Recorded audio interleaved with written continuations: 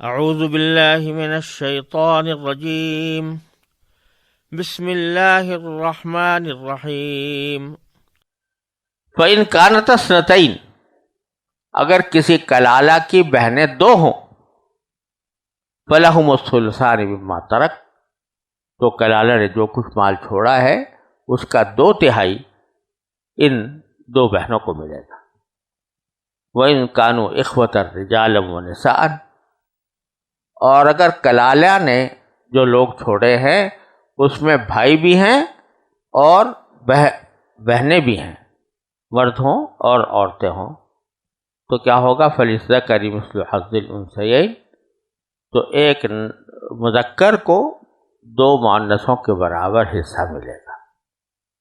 يُبَيِّنُ اللَّهُ لَكُمْ أَن تَضِلُّوا، اللہ تعالیٰ تمہارے سامنے یہ احکام بیان کرتے ہیں اس لیے تاکہ تم گمراہ نہ ہو۔ واللہ بکل شیء علیم، اور اللہ تعالیٰ ہر چیز کا جاننے والا ہے۔ کلالہ کے احکام میں خاصی تفصیل ہے، اور اس کی تشریح میں بھی فقہاء کرام کا اختلاف رہا ہے، اور اس کی تفصیلات جو ہیں وہ فقہی کتابوں کے اندر مذکور ہیں۔ میں نے بھی اپنی صحیح مسلم کی شرح میں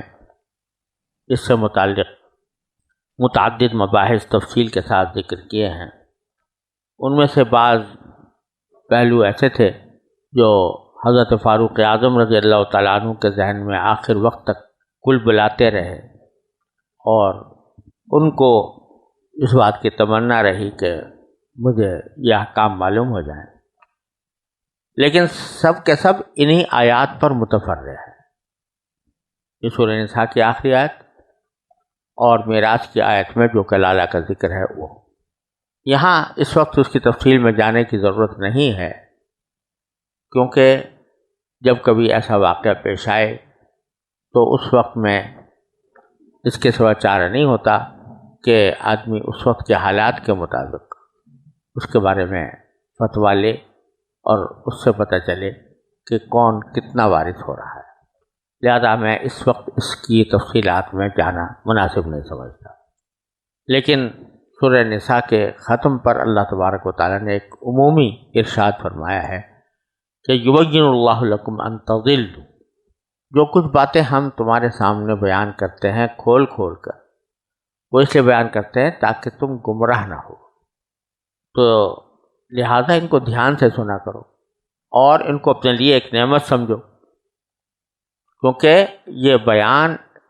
کسی انسان کی طرف سے، کسی بندے کی طرف سے نہیں آ رہا، بلکہ اس ذات کی طرف سے آ رہا ہے جو تمام کائنات کی ہر چیز سے واقف ہے۔ واللہ بکل شیء علیم، اللہ تبارک و تعالی ہر چیز کا جاننے والا ہے۔ تو آج بھی